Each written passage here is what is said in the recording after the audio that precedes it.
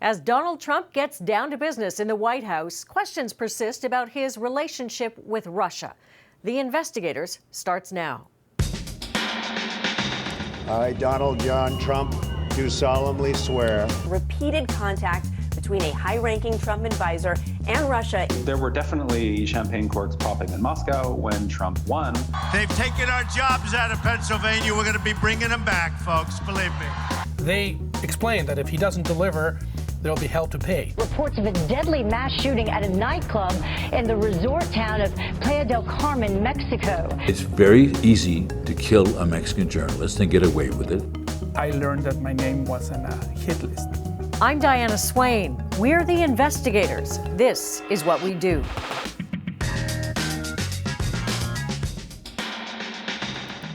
Donald Trump's first days in office are being marked by persistent questions about his relationship with Russia. We've all seen how that's played out in the U.S. media and here, but what are Russian journalists saying? We will seek friendship and goodwill with the nations of the world, but we do so with the understanding that it is the right of all nations to put their own interests first. President Donald Trump outlining his vision for a new deal with the world. Every word followed closely by journalists in both the U.S. and Canada, and wondering if there would be any references to Russia or its president Vladimir Putin. They say that Putin is very much like that to President Putin. He puts Russia first. The relationship between Trump and Putin has been dominating news coverage in the U.S. for the last several weeks. Tonight, President-elect Trump tweeting more praise for Vladimir Putin. Putin's been talking too, slamming American journalists for reporting unconfirmed allegations about Trump's Russian connections. The people who are ordering this kind of fake, which is now being distributed against the president-elect, are fabricating them and using them in political battle. They're worse than prostitutes. Nathan Hodge is the Moscow bureau chief for the Wall Street Journal. He's kept a close eye on how all of this is being reported in Russia. So Nathan, we're hoping you can tell us what Russians are seeing about President Trump. Well, President Trump is as much a phenomenon here as it is in the United States and in other countries. There's been really very close coverage, both of his election victory and in the days running up to his inauguration. And we've seen lots of scrutiny, both of everything that he's tweeting and saying, as well as his responses to things such as the dossier of unverified allegations, which President Putin was commenting on. And very curious about how that's being perceived by Russians and by Russian media. Well, as President Putin said, they believe that the dossier is a fake, and generally there's been a lot of positive coverage of Trump, both during the election campaign as well as after his victory. And we would contrast this with the coverage of Democratic candidate Hillary Clinton. It was often very negative. The Russians very often bristled at what they thought was the American establishment represented by Hillary Clinton's criticism of their democratic processes here. Of course, when she was Secretary of State, Hillary Clinton presided over a campaign or an effort to reset U.S.-Russian relations. That effort failed. And there was a lot of acrimony directed towards the outgoing Obama administration. So there were definitely champagne corks popping in Moscow when Trump won, but Trump is also something of an unknown on the world stage. So after any sort of celebration that you might see in Russia, there's going to be a lot of uncertainty as to how to deal exactly with his new foreign policy. Certainly the relationship between the two men is being portrayed in the U.S. and in Canada as one that's very close, that there's mutual admiration, but a view that it's Putin who is really pulling the strings here. Is it being perceived the same way in Russia? Well, I think that Russians are actually quite intelligent in the way that they read the Western media. They're very sophisticated in the way that they understand it.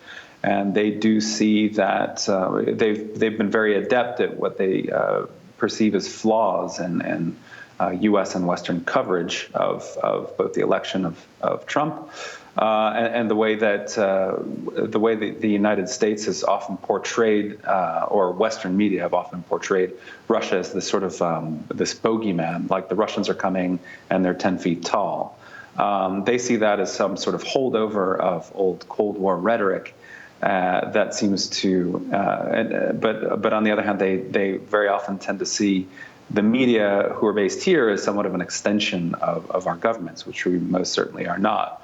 We're independent, but they tend to see the world through their own lens, and that is that we take orders, that is the Western press, from our governments. That's not the way that it works, but the way that it's perceived is that whenever there's negative news about Russia, someone must be calling the tune. Nathan, thanks for your insights on this. Thank you. We're going to see immediate change, and that's what you need. Hillary Clinton is not about change. Change. It's a message Donald Trump brought to cities like Scranton, Pennsylvania during the campaign, promising to bring back jobs and the American dream. He visited here 4 times during the election, winning over voters who supported Barack Obama in 2008 and 2012. Welcome to our guests from the North. CBC News producer Alex Sprinson and reporter Terrence McKenna traveled to Scranton to find out why. This is the How Could It Happen part of the show. And we would appreciate your phone calls after we come back from the break. They took to the airwaves at a local talk radio station, hearing from voters about Trump and the state of their country. My health care increased from $940 a month to $1,340 a month. I think it's basically a rejection of the status quo. He still seemed to connect. He seemed like he was listening and like he cares. Those voices would become key to helping the journalists answer their central question. He has 4 years to prove himself, and if it doesn't work out, then we're going to elect somebody else. Why was the change promised by Donald Trump so appealing? So, Alex, as you know, people often ask us, how do you decide who to interview? Especially if you go to a town you're not from, you don't know anyone there. How do you figure out which voices to listen to? This was a pretty novel idea, do this open line radio show. So how did that happen? Well, this is a pretty challenging task because we wanted to find specifically Democrat voters, those who had voted in those elections that you mentioned, and frankly, for the previous 30 years, that region had voted Democrat, who decided to change. And there was a swing of 25 points from the Democrats to Trump, which is huge. But it's very difficult. A lot of them didn't want to talk. I tried the usual conventional ways. You call up people you know or people in the media, and we just couldn't find anybody. And then I remember reading a story about an open line show where they discussed politics. I contacted the host, explained what we were doing. I wasn't really, my only thing was, could you help us find some? And then she, in the course of a couple of conversations, said, why don't you just go on the show and we will do the show around it. We'll bring up who you are. And then you can talk, and then you can possibly get some of the callers, which we did. So we heard people, a little bit of what they were saying, but they were asking you questions too. What were they curious about? Well, it's always interesting, and I find the same thing here when we, let's say in Canada, read an article in the New York Times or in The Economist or some big publication, something bigger than we are. We're always fascinated. Why are people interested in us? It's exactly the same way. This is a small town in Midwest America or Mid-America, and the fact that there are people coming from somewhere else, and especially from another country, is of interest to them. And so they just wanted to know, and then they wanted to compare, and how do you see this in Canada? They obviously wanted some kind of approval, which was a bit ironic, and in a couple of situations a little bit dicey. I wonder if you got a sense that was there any regret? Was there any caution? They had voted for Trump largely in a protest with what they saw as the Democrats not having done anything for them in 8 years. So now Trump is president. Were they feeling still optimistic? Yes, I think it's way too early. A couple of them, the ones that we found through the talk show, who actually did a kind of a diner talk with us, they explained that if he doesn't deliver, there'll be hell to pay, more or less is how they phrased it. But certainly at this stage, and there was one guy that we put in who was still a Democrat to create a little bit of tension in the conversation, and they were, no, he's a breath of fresh air. They want to give him a chance. That's sort of the way they interpret this.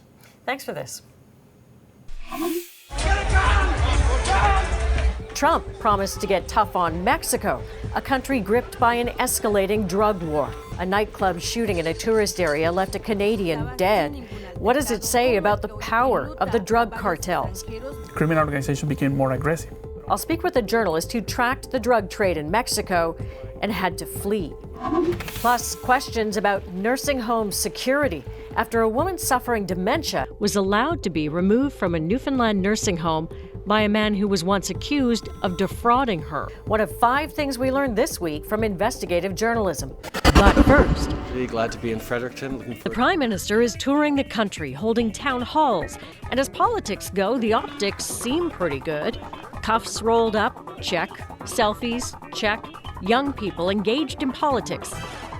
Maybe not so much. Take a look at the two kids over Trudeau's left shoulder. Of course, Trudeau isn't the first Prime Minister to be upstaged by a young Canadian.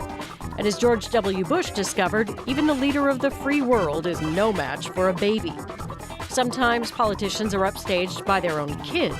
The son of one new Republican representative may be in trouble. Watch him sneak in the dab while everyone else was focused on the cameras.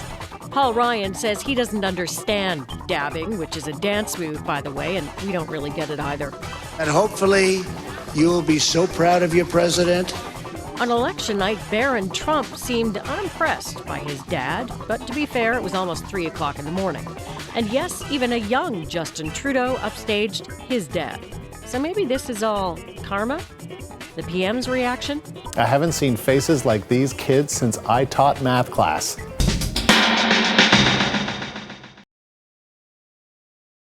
Here are 5 things we learned this week from investigative journalists. CBC News reported the Canada Revenue Agency is monitoring Facebook and other social media posts of people it suspects of cheating on their taxes.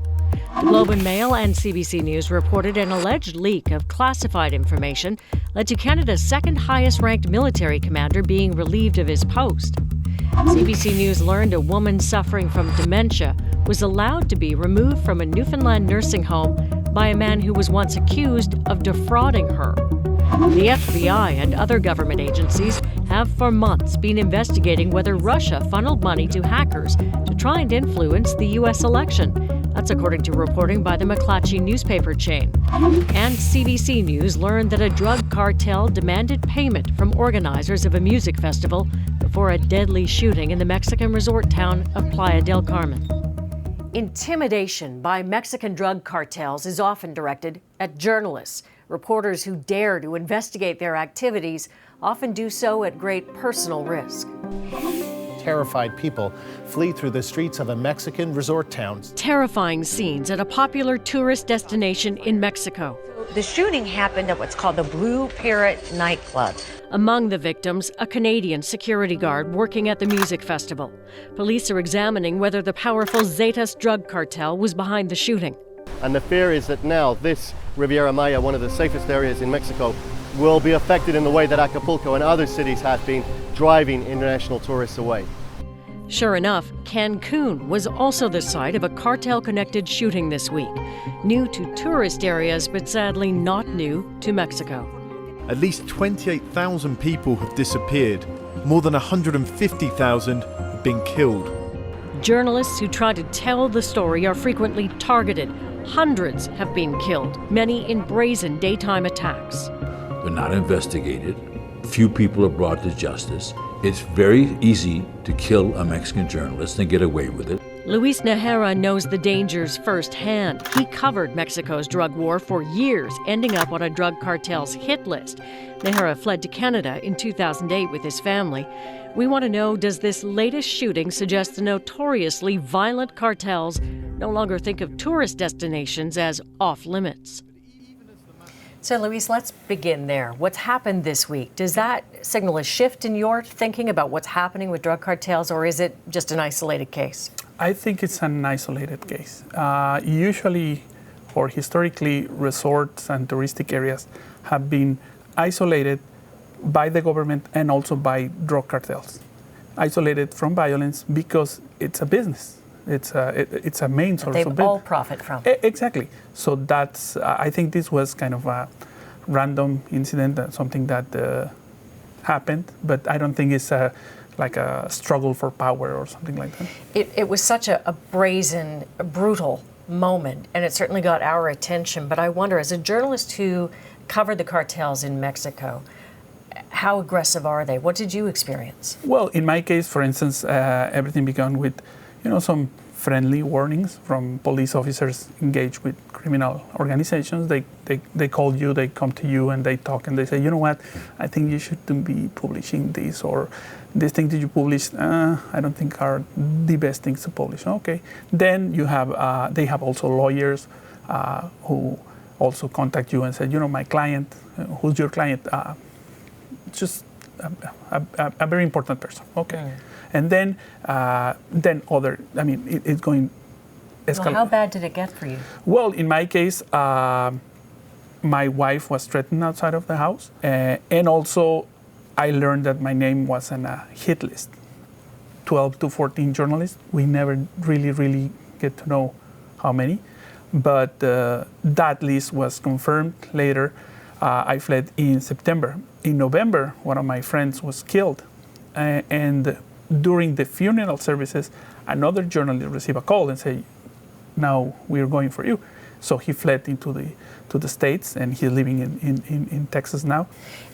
On the one hand, we know this, we've heard these stories, and yet I think for Canadians and Canadian journalists, it's hard to imagine living in that environment.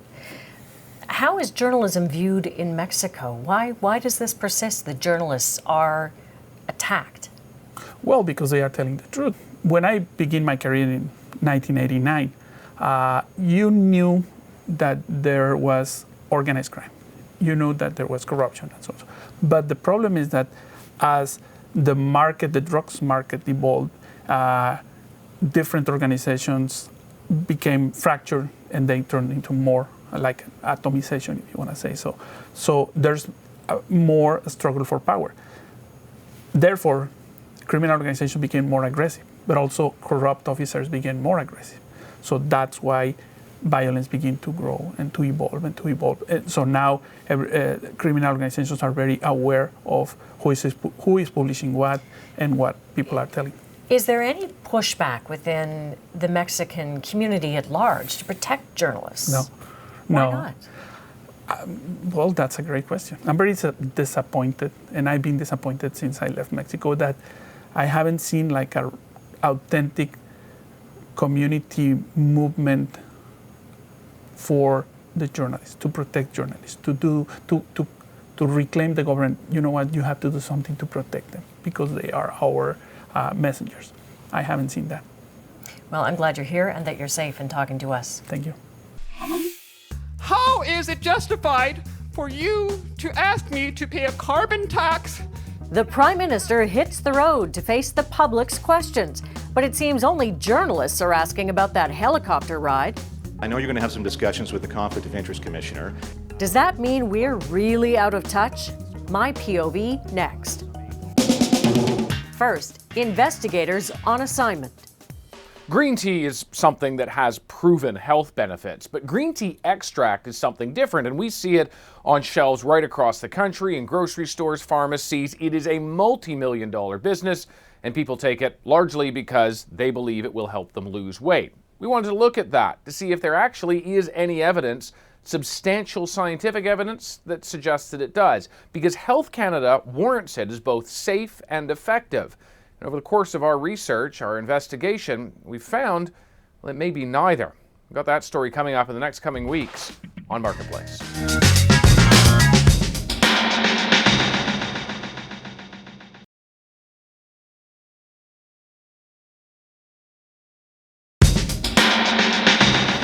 We always invite you to ask me anything about investigative journalism. That's part of what we want to do with this program. And Emily has a question for me today, so shoot, what would you like to know? I'm wondering how you get into an investigative story, especially when you're new to the field and you don't have a name yet. How do you get that first big story? For me, in fact, the first big story came from a phone call, and I just happened to be the one in the newsroom who picked up the phone, and it had been ringing a while. It had that sense that nobody else wanted to answer, and I was lucky because it became a very big story for me, but I had very little experience at that time. I'd only been in the business a couple of years. I leaned on my colleagues a lot to help me figure out how to prove what the person had told me on the phone was in fact true. The good news is it didn't matter that people didn't really know who I was yet, or that I wasn't working for a big program, or that I didn't have it all figured out in terms of being an investigative journalist. Your instincts will guide you pretty well. And if they do, there'll come a time when your reputation will open the door for you. Hope that answers your question. Yeah, thank you. Thanks for asking. Got a story tip for the investigators? Share it anonymously at securedrop.cbc.ca. You can also contact us through email, investigators@cbc.ca, or just say hi to us on Twitter @SwainDiana. With the aim of preventing Trump from taking office. Compared to allegations of interference by a foreign power or senior staff accused of plagiarism. The Trump transition initially defended her, but we are now getting word she will not be joining the Trump staff at the White House. Or a blind trust that actually sees pretty well. If you know you own the Empire State Building and you put it into a blind trust, you don't forget that you own the Empire State Building. Questions about whether Justin Trudeau should have taken a helicopter ride may seem quaint. Certainly his now well-publicized trip to a private island owned by the Aga Khan isn't dominating town halls, where people are most concerned about how to pay their rent or even their heating bill. I'm asking you to fix our hydro system. So why, some ask, are Canadian journalists still talking about it? How much do you think Canadians care that you took a private helicopter? Trudeau is denying a conflict of interest. The Conflict of Interest and Ethics Commissioner has launched an official examination. Well, remember that the public didn't know where the Prime Minister spent New Year's Eve until the National Post's David Aiken kept pressing the Prime Minister's office for an answer. And it was only because he and other journalists kept pressing that we've since learned Trudeau brought along another MP and the president of the Liberal Party, and that they used the Aga Khan's private helicopter. His development agency has received millions in funding from both Conservative and Liberal governments.